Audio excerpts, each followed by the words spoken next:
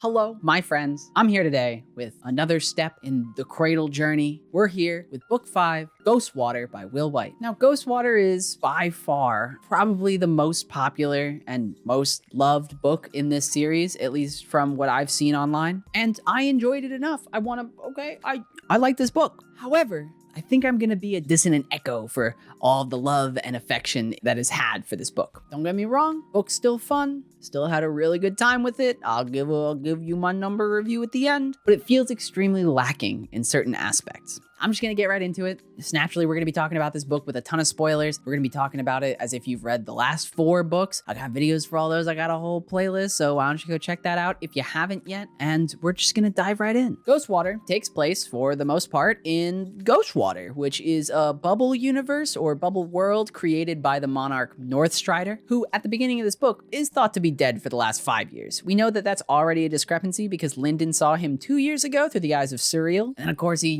shows up at the end of this book, so we know he's not dead at all. But this bubble world's got some cracks in it. We know it's about to collapse because of the grumpy awakening of the bleeding phoenix in the previous book, causing a little bit of a ruckus in the world. And so Lindon, as a member of the Skysworn, is going to go check it out, going to go see what they can collect, all the information. This was a big research facility for Northstrider, so naturally there should be some really dope things in it. And upon arriving, Lindon finds that this bubble world is currently housing representatives from various factions who all have an agreement to once in a while just come in and loot and boot the place, as they have the understanding that Northstrider is either currently dead or is completely abandoned this facility at the least. The introduction of these new characters in Ghostwater is where my first trepidations for this book begin. This whole scene of introducing them and the fight that these representatives have with each other, and kind of with Lindon, and definitely with Renfei, rest in pieces, feels extremely confusing and poorly blocked out from a positioning perspective for the reader. I was mixing up characters,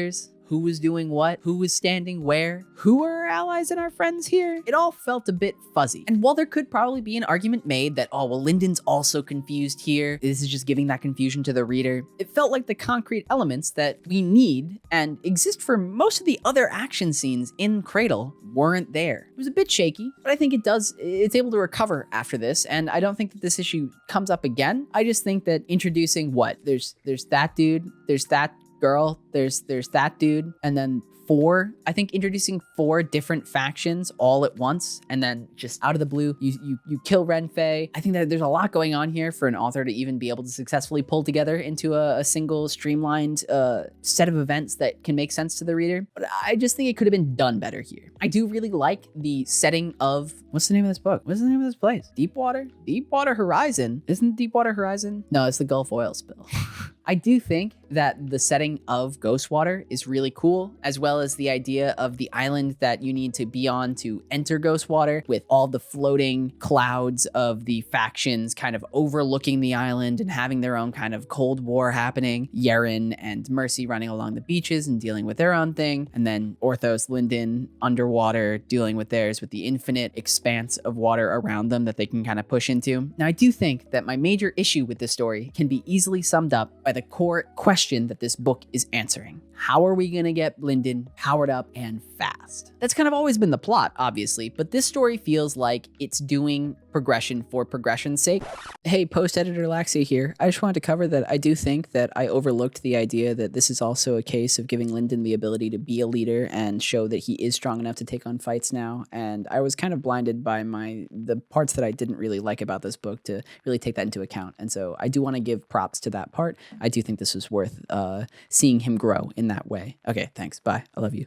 Whereas at least there were reasons to progress before. Obviously, there's still the meta reason that Lindon has to be powerful so he can save the Sacred Valley later on. In this story, he needs to get from low gold to true gold as fast as possible. As Yeren said, there is an ocean between these 2 ranks, and he's just trying to do it. There isn't like a tournament he has to win at the end of this by being more powerful. It was just training for survival and for progression's sake. And it felt a bit less interesting because there wasn't much conflict or really stakes to be had for this training. There are certainly risks. I want to be clear, Lindon has some really cool fights in here. A lot of the action is still really well done, and the progression is still kind of interesting. And there are definitely antagonists to the story that are pushing back against Lindon trying to progress. But it's just kind of this weird gray zone that we're in. And I think that what really makes it worse is the isolation of Lindon here. I think what really fleshes out a Cradle story is those secondary characters, is your Yeren, your Aithin, your Mercy, your Jailong, your Jaidaisho. These characters are really heavy buffers to kind of how more flat Lindon is. He's not necessarily a 2D non-interesting character, but he has a very clear goal and he wants to do that. And a lot of these other characters kind of add the spice to his very strong base soup flavor. And in this book, they're relegated to the back burner. And they still have probably some of the coolest chapters in the book. And it's so frustrating because it's like, no, I want to see more of them, but we just don't. We get to see more of Lindon sitting in a cave, essentially talking to his dragon turtle and his new little found robot friend. The pacing is the critical element that is probably weakest here because of these things that I've already laid out. In the other installments of the Cradle series, we usually have kind of an end goal that we as readers can visualize. Either it be a destination or a fight to win. And it's kind of here, I suppose. But when the goal is survive, we don't really get to foresee the whole map.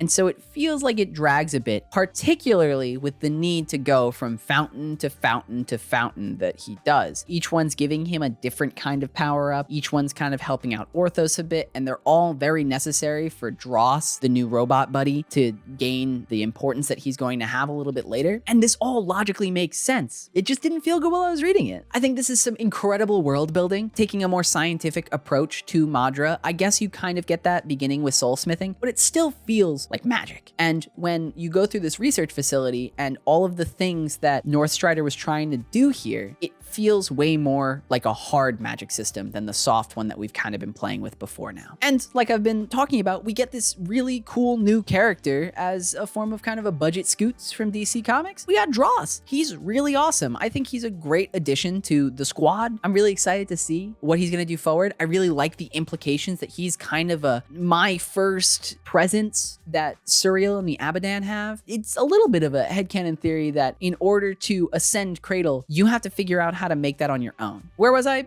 Back to the pacing thing. I think that this slower grind was the first time that I really felt like as a reader, I just want him to be more powerful already. Every other book that I've read so far in the series, I've been excited to watch as Lindon grows, and I really feel like it's showing us that he's earning it, but he's not earning it here. He's being handed these things. He needs to do it, but he's just getting stronger by eating some fish and drinking some Kool-Aid. I'm gonna be honest with you. Yeah, the fights that he has are really, really good, but all of the in-between time, all of this quick advancement that he has to do to be able to make it to True Gold, because the next book's called Underlord, spoiler alert, he's gotta be at True Gold by the end of this book. And it's also clear that as our protagonist, he isn't going to be taking the expected and widespread approach to progression. He's gotta take shortcuts. He's gotta get cheesed out by being given some free god gifts at some point. People spend their whole lives trying to get to Underlord, and he's gotta do it in a month. But to dedicate a whole story to his gold progression in this way, when it might have been better to give him less page time instead of more by isolating him here. We could have spent a lot more time with Yeren, Mercy, and particularly Aithin, who it doesn't really feel like he's in this book at all. Spending more time with those characters and still having the story that Lindon goes through in this journey, but shortening it a bit and kind of making it the B plot instead of the A plot might have been the better choice. I can't say that for certain. I'm not sure if that would have worked out, if there was enough content there to give us what Aithin and Yeren and Mercy were doing. I do really like the introduction of the memory archives that he gets to explore while in Ghostwater. Seeing these histories and these points of view from past sacred artists is a really helpful narrative tool moving forward. These characters don't need a specific teacher now. We don't need a new named sword sage character to be able to teach Yeren how to be a sword sage. We don't need to spend bandwidth on those less necessary things. We can work on pruning our team. They have this new way to progress that wasn't there before. This is really critical for an author to prevent cast bloat, and it's also really critical to prevent downplaying just how powerful the characters that have already died are. How powerful Yaren's Sword Sage Master would be downplayed if she just got a different teacher. However, if she looks at memory tablets and archives of people that are also dead, we don't get as much downplaying. We don't get to see them do new cool things. They did those cool things in the past. And so I think that draws a pretty big distinction in a reader's mind, and that's really important to do to make sure that our epic characters are still epic. The progression of Orthos is also something that I had kind of floating around in my mind died at the end of the last book, and I'm really glad that we start to address it in this one. He's a remnant. How much more can he progress? Will he be able to go beyond gold? I hope so, because I really like him as a character. Upping his power level in this by kind of healing him, clearing out his Madra channels. These are what I hope to be the first step in Orthos's own progression journey. That calls back to my appreciation for Will White being able to show that no character is stuck at the level they are. They're all progressing. Everyone's progressing still. This is a progression fantasy story. Everyone better be progressing. But more importantly, characters that we're not focusing on should also be able to disappear, come back, and show that they've been doing a lot of work. And for Orthos to be someone who just kind of is a checkpoint in that and just being stuck at true gold for the rest of his life, and for Ithan and Yaren and Lindon to be able to just zoop past him, that weakens Orthos as a character. And can I just say that I love Mercy's path? The idea of this book that is kind of the metagamed best path that the creator of the book would have taken had they restarted from scratch is really, really interesting in such a hard magic system. And also this kind of interesting ability to cheat a little bit and boop up your power level. So if you're a low gold and you need to tap into some true gold power to win a fight or block a dragon's breath weapon, that's a really cool thing to be able to have one character do and not make it kind of an everyone can do this thing. It gives Mercy a unique niche that she can step into. And also, she just eats that breath weapon. That was so nasty. That was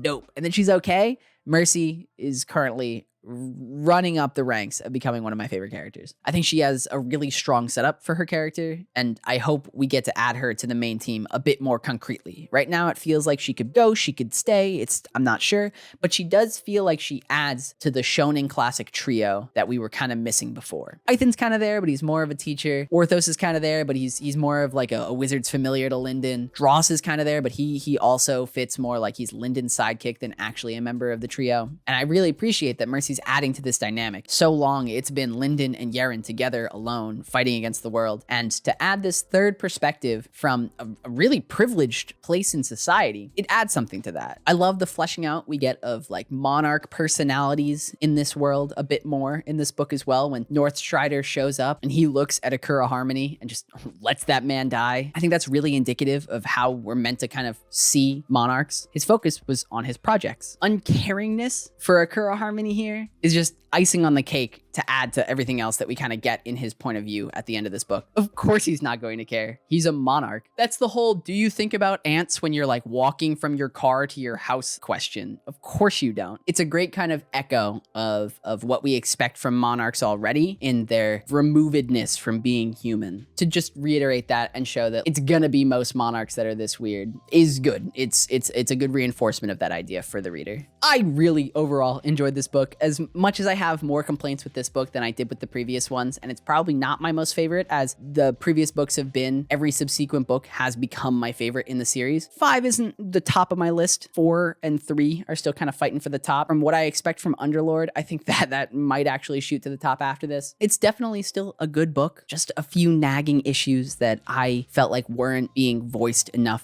But I'll give it like, I don't know, like a lower 6. I don't even know how you'll parse out what that means, but I feel it in my gut, so that's the rating I'm gonna give it. I think it's a good book with a few pacing flaws and some focus issues, but it introduces a lot of good to the world, to the characters, to the magic system. It's a good hyperbolic time chamber speed leveling kind of book, necessary to answer some questions of how Lindon's gonna get to the end of his progression cycle in time. And it's still fairly short. I think it falls in line with Skysworn. It's around 76,000 words. Both of those are still like 25,000 words shorter than Black Flame. So, you know, it's a quick read. You could probably read it in a day or two. And for once, I do feel like that length is actually good. I was raising some issues in previous talks for the previous books where it felt like things were kind of either eking in from the last book or need to carry over to the next one. This book feels pretty on point. You start, you go into Ghostwater, you end, you leave Ghostwater. I think that's a perfect narrative arc. Sounds good to me. Did you love Ghostwater, or were you a little bit let down by it like I was? Let me know down in those comments. If you thought anything that I had to say was interesting, why don't you go ahead and hit that like button? If you haven't yet, why don't you hit that subscribe button? Thank you so much for watching this video. I'll catch you in the next one. And until then, stay lit.